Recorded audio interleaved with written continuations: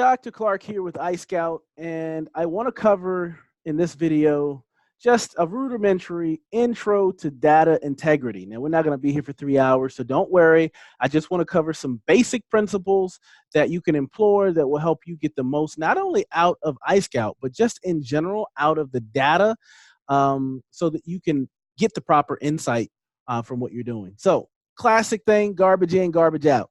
So as we move forward, if you look at the top picture, this is the old way. This is manual data entry. It's using Excel workbooks. It's using platforms that still require data entry or manual data entry. So when we go through, the first thing that's going to happen is once we start getting your data into our system, we automatically initiate a data discovery process. So this would be represented by this. So we take all the information that you have in your system and we start organizing and making sure that everything associates properly. So that would put you in an in-process state. So we're going to upload your data from previous years. We're going to identify data practices that hurt your data quality. We're going to clean up data associations to make sure things are lining up properly and we understand what's supposed to be going on. And then we're going to identify missing or incorrect data for you. And then we'll provide that back to you so you all know what to clean up and where you stand with regard to your data quality. That would lead us down here and into the complete phase. Now, please bear with us during this data discovery process. Some people come to us with no prior data entry or stat tracking or key performance indicators or anything. Some people come to us with old systems that they use workarounds with. Anytime you use a workaround, typically it destroys data association. So for some offices, this can be a lot of work. So as we go through here, just be mindful that this is an ongoing process. We're going to go back and forth in this process to make sure everything lines up properly before we get down here to the complete phase. Now, moving forward, what we're going to do is we're going to move to this slide. And ultimately, I want you to think about these few concepts. This is almost like a do's and don'ts. Everything in your office, we want you to treat as a transaction. Some of these transactions have a monetary exchange. Some of them do not. Now, for examples of ones that do, if you deliver an adjustment, of course, that was worth of some value, and the practice member or patient paid you a sum of money as a result of that, that's a monetary exchange. If you collect a testimonial, right, you didn't charge the practice member or patient for that testimonial. They didn't charge you for giving it. So that's a non-monetary exchange, but it still needs to be tracked. And we want you to get into a habit of tracking everything in one place. And that means when it happens, it goes in the transaction ledger. Number two, a visit code should only have one purpose.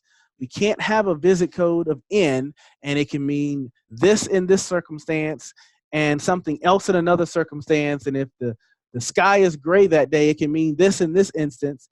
That breaks data associations and it's a bad data practice. So a visit code should only have one purpose. Number three, once assigned, the visit code should not change. So if you decide when you start using that visit code or the system that N represents new practice members, a year from now, you can't change that into a 1. And let me rephrase that, because you can change it into a 1, but what you do in your data is break the association of new practice members or new patients, right? So once assigned, the visit code shouldn't change. If you've done that, that's what this data discovery process that we outlined before is for, because we have to clean that up. We have to figure out how to make these associations and then let you know exactly what to do moving forward so we can make sure you can see and your data is represented clearly. Use stop managers or reports for notification of an event. So we have a lot of people sometimes that try to use a visit code to notify them of an event. What you want to use visit codes for is to actually notify something that's going to happen, right? So you're going to have a report of findings. You're going to have a doctor's report. You're going to have this. If you just want to notify or remind yourself of something that needs to be done, use notifications, use stop managers, use reports. Next, Workarounds tend to destroy data relationships. So if you have a question of whether or not something's a workaround or something's an actual legitimate data practice, and this is actually how Platinum is designed to be used, you can feel free to ask us or definitely reach out to Platinum because they could definitely shed some light on that. Just because it works now doesn't mean that it'll work later. When I think of that concept, I think of an old calculus teacher in high school.